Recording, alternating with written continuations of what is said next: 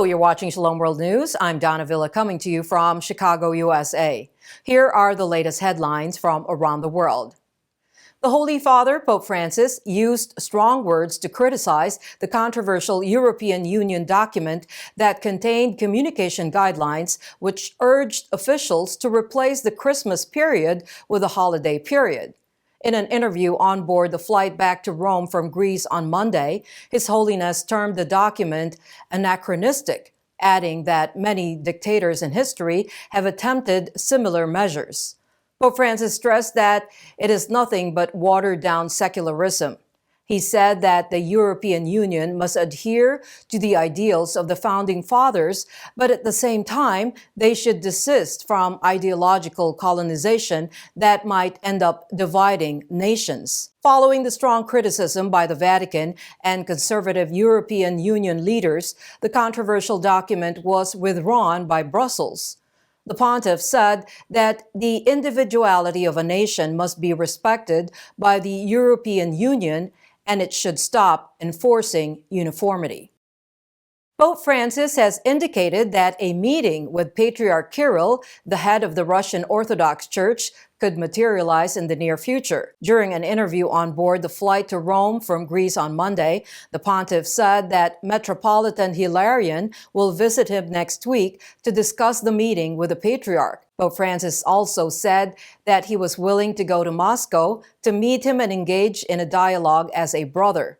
He further added that for a dialogue, there are no protocols as they are brothers. He added that it is good to see brothers bickering as they belong to the same mother, the Mother Church. His Holiness said it is important to work and walk in unity as theological discussions are ongoing, and that Catholics and the Orthodox Christians must pray together and engage in charitable deeds. The Catholic Diocese of Kitui in Kenya is mourning the death of 32 people who drowned when the bus in which they were traveling in was swept away by a swollen river as the vehicle tried to cross it on December 4th. The victims were members of a choir and their relatives. As many as 32 people lost their lives, including 11 from the same family. Choir members of Good Shepherd Parish in Moingi had hired a bus to attend the renewal of vows ceremony of an elderly couple. As the bus tried to cross the swollen river, it was swept away by the strong currents. As many as 30 people managed to escape. Although the vehicle had a capacity of 51 people, it was overloaded. Bishop Joseph Mongela of Kitui expressed shock and sadness over the incident. The historic November 3rd ruling by Iran's Supreme Court has evoked a mixed response from rights organizations. The verdict says that Iranian Christians who take part in worship sessions at homes cannot be branded as enemies of the state. This comes after 9 Muslim converts to Christianity were given a judgment of 5 years imprisonment for taking part in prayer sessions at home with other believers. Worshipping at home in groups is treated as a seditious activity in the Islamic Republic. Some rights groups, such as Open Doors, say that the new ruling is expected to mitigate the oppression faced by Muslim converts to Christianity. However, Iran Alive Ministries is skeptical about the ruling being enforced in its spirit. About 20 believers are in detention on security grounds since 2012, and more than 100 Christians are in jail on similar charges. 3 among the 17 Christian missionaries who were kidnapped in Haiti on October 16 have been released on Monday, said the Ohio-based missionary group Christian Aid Ministries. Quote, "We are thankful to God that 3 more hostages were released last night. Those who were released are safe and seem to be in good spirits," end quote. Earlier last month, 2 other hostages were released. As many as 16 American missionaries and 1 Canadian were kidnapped in the Haitian capital of Port-au-Prince by members of the dreaded 400 Mawuzo gang. The same outfit was behind the April 2021 kidnapping of 10 Catholics, including priests and nuns, who were released after several weeks. In a video released in October, the gang leader had demanded a ransom of $1 million for each of the 17 hostages. However, it is not clear whether any ransom has been paid so far. Meanwhile, in the U.S., the Archdiocese of Cincinnati has come out with a restructuring plan to consolidate churches and other institutions in the wake of a shortage of priests. As per the project titled Beacons of Light, 208 parishes will be converted into 57 families of parishes that share priests and facilities from 2022. The initiative was announced by Archbishop Dennis Schnurr on Sunday. This might result in some churches and schools being shut down as there are not enough priests to take care of them. As per the Beacons of Light project, new parish councils will be formed and priests will be appointed in February and March. The plan was first prepared in October and it underwent a revision after getting feedback from priests and laity.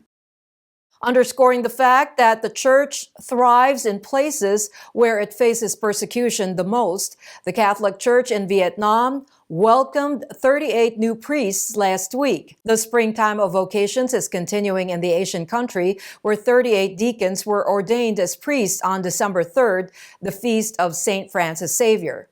On the same day, 6 were ordained as Jesuit priests in the diocese of Bazia in the south of Bishop Emmanuel Hong Son, while 8 deacons were ordained priests by Bishop Aloisio Nguyen Hong of Kon Tum Diocese in the Central Highline. On the other hand, the Archdiocese of Hanoi is exalting over 15 new priests who were ordained by Bishop Joseph Vu Van Thien. Even the smallest diocese of Lang Son in the mountains in northwest Vietnam welcomed 9 new priests who were ordained by Bishop Joseph Chow Ngoc. The United States Commission on International Religious Freedom, or USCIRF, said on Friday that Turkey continues to foster an environment that is hostile to religious minorities. In its report, the Commission on International Religious Freedom said that little effort has been taken by Turkey to address key religious freedom issues. It found fault with the government in religious freedom issues, such as granting minority communities permission to hold board member elections, recognizing Alevi houses of worship, and allowing the Eastern Orthodox Church to reopen the theological school of Halki. It also made a special mention of the government's soft approach towards hate speech and acts of violence. The Commission on International Religious Freedom is an independent, bipartisan entity established by the U.S. Congress to monitor, analyze, and report on threats to religious freedom abroad. A special court in Myanmar has sentenced Democratic leader Aung San Suu Kyi to jail for 4 years. The verdict has been condemned by the international community. The leader, who is under house arrest, has been charged with inciting the public against the military and breaching COVID rules. On February 1st, a military coup ousted the democratically elected government led by Suu Kyi. Since then, she has been under the junta's custody. Media had no entry during the trial held in Naypyidaw, and Suu Kyi's lawyers were banned from communicating with the media and the public. The military crackdown on the pro-democracy protest is intensifying, and in the recent incident, an army truck rammed into peaceful protesters in Yangon on Sunday, leaving 5 dead. So far, more than 1,300 people have been killed in the military crackdown of pro-democratic protests since the February 1st coup. And those are your latest headlines. Do join us tomorrow. In the meantime, you can visit swnews.org for more updates. Shalom.